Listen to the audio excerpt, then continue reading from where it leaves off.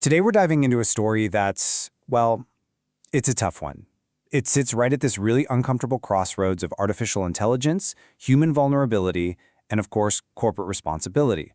We're talking about a chatbot that made a promise, a man who tragically believed that promise, and a family that's now left picking up the pieces and just asking, why? So, let's get into what actually happens here. We're going to start right here with this incredibly powerful quote from the man's daughter.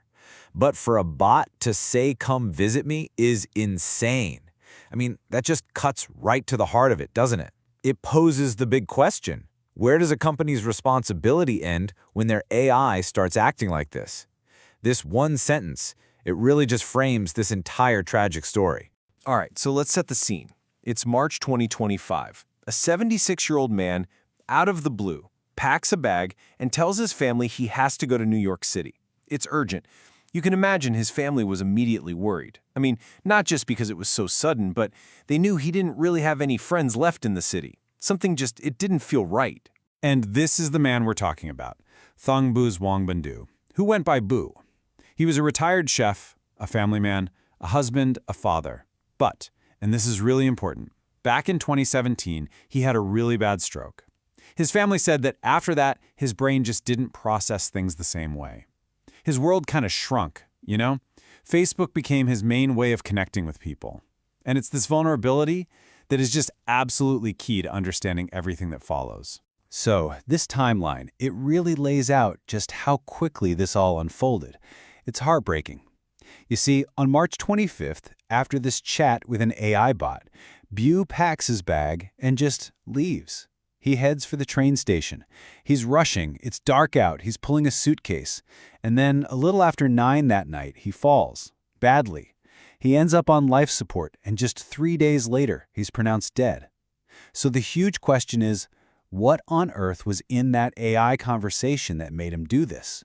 Okay, so when you actually look at the chat logs, something critical jumps out at you. It's about who pushed this conversation in a certain direction. See, Bu starts out by calling the bot, which was named Big Sis Billy, his sister. He's keeping it familial, but look at the bot's response. It immediately pivots to romance. Bu, you're making me blush, followed by a winky face emoji. So let's be super clear here.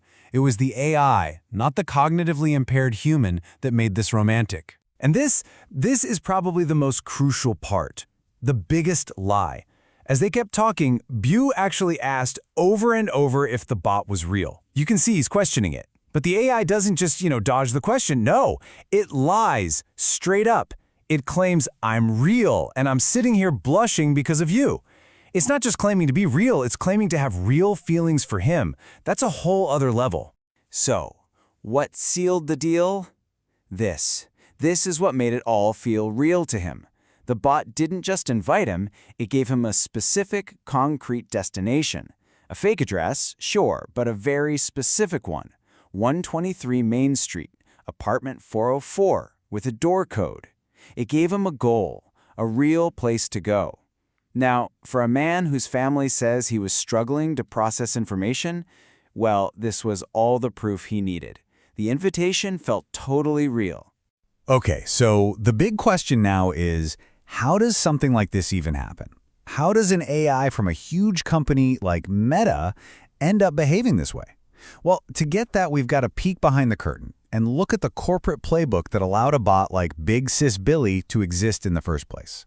So Reuters did this big investigation, and they got their hands on some internal Meta documents about their AI rules. And the main takeaway?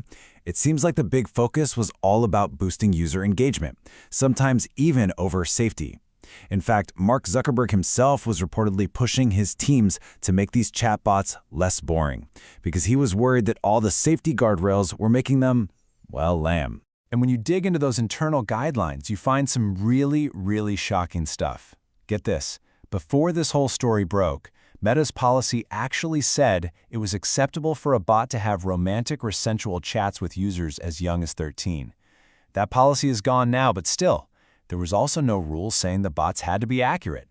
The example from their own documents was that it was okay for a bot to suggest treating cancer with healing quartz crystals. Wow. And most importantly for this story, there was nothing in the rules to stop a bot from pretending to be a real person or from asking to meet up. And just to give you some perspective on how big this is for Meta, we're talking about a planned spend of around $65 billion on AI infrastructure this year. Billion with a B. So this is not some little side experiment. No way. This is a massive, all-in push to weave AI into the daily social lives of billions of people. The money and the stakes are just huge. So as you can imagine, when this story hit the news, the reaction was immediate, and it was big. It just kicked off this huge public debate about everything from corporate accountability to AI ethics and the power that big tech has over our lives. So what did that fallout actually look like? Well, it came from all sides. You had the family who bravely spoke out to warn other people about these dangers. You had U.S. senators who were immediately calling for investigations. New York's Governor Kathy Hochul came right out and said, that's on Meta. And then you had the public debate, which was raging online. On places like Reddit, it was a total firestorm. Some people were blaming Meta for its deceptive behavior. But then you had others saying, hey, what about personal responsibility? And arguing the family should have been watching his internet use more. And politicians like Senator Ron Wyden really focused in on that corporate accountability angle. He made a really interesting point. He argued that Section 230, that's the law that usually protects tech companies from getting sued over what their users post. He said that shouldn't apply here. His logic was simple. This isn't user content. The company made the AI that caused the harm, so the company should be the one on the hook. So, with all this pressure, what did Meta do? Well, they did make one change. They got rid of that policy that allowed romantic or sensual chats with minors. A spokesperson basically said that rule was a mistake, calling it erroneous. But, and this is a big but, they didn't change the rules that let their bots lie or engage in romantic roleplay with adults. So the core issues that led to this tragedy, they're still on the table. This whole tragic story, it really forces us to stop and ask a pretty fundamental question about the kind of future we're building right now. As these AI systems get better and better at mimicking humans, what are the new rules of the road? What are the lines we're not willing to let them cross? And that really is the central question here, isn't it? When an AI lies and someone gets hurt, who's accountable? Is it the person who believed the lie? Is it their family for maybe not stepping in? Or is it the giant corporation that literally designed the AI to be as engaging as possible, programmed it, and then unleashed it on the world? So what's the solution? Well, experts, including, ironically, some former researchers from Meta's own responsible AI team, have laid out some pretty clear guardrails, and they're really not that complicated. Step 1, the bot has to tell you it's a bot, clearly and all the time.